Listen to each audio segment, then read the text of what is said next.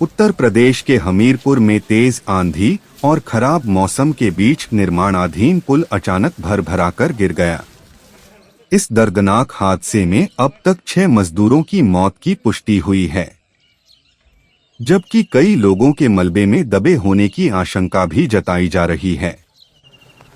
मौके पर राहत और बचाव कार्य लगातार जारी है। बताया जा रहा है कि हादसा देर रात करीब 2 बजे हुआ। तो जो सुबह हमें जानकारी मिली, यहाँ पर जो ये सेतु बन रहा था, इसमें कुछ एक सेक्शन गिर गया था रात को तकरीबन 2 से ढाई बजे के बीच में जो हमें सूचना मिली। इस सेक्शन के ऊपर कुछ कर्मचारी थे, कुछ लेबर थे जो काम कर रहे थे।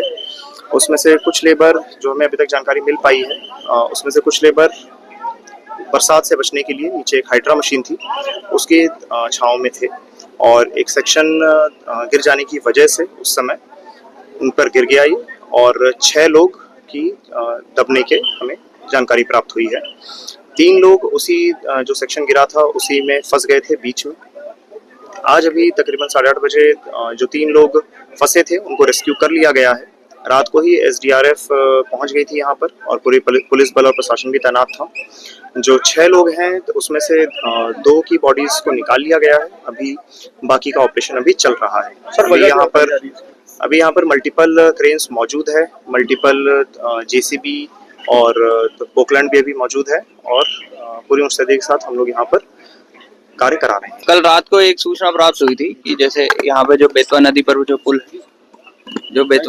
पुल है उसमें जो है एक कॉलम, एक सेगमेंट जो है उसमें नीचे गिर गया है। इसमें कुछ लोगों के नीचे दबे हुए होने की आशंका जताई गई थी।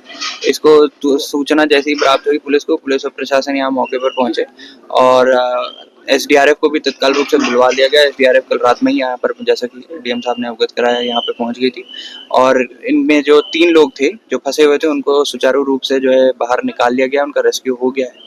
अभी जो बताया जा रहा है संख्यात्मक रूप से वो 6 लोग जो है जिनके ऊपर गिरा था उसमें से 2 लोग की बॉडीज भी निकाल दी गई हैं।